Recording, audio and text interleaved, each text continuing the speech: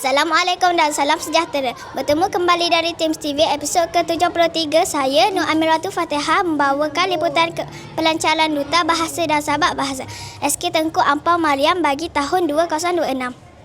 SK Tengku Ampau Mariam telah dipilih sebagai sekolah duta bahasa di daerah Kuala Terengganu. Seramai 5 orang duta bahasa Melayu dan 5 orang duta bahasa Inggeris telah dipilih dalam usaha martabatkan bahasa Melayu serta memperkasan bahasa Inggeris selaras dengan dasar MBMMB.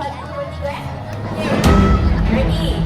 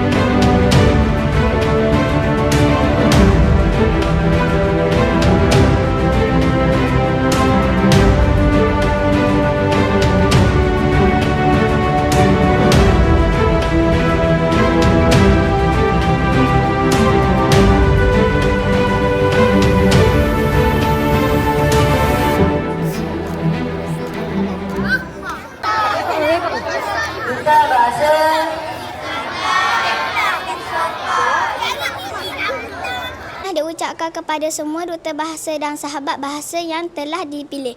Semoga mereka dapat menjadi contoh menyermakan budaya bahasa dengan yakin dan bertambah dalam kalangan warga sekolah.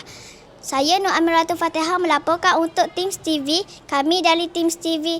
Cerita kita bermula di sini.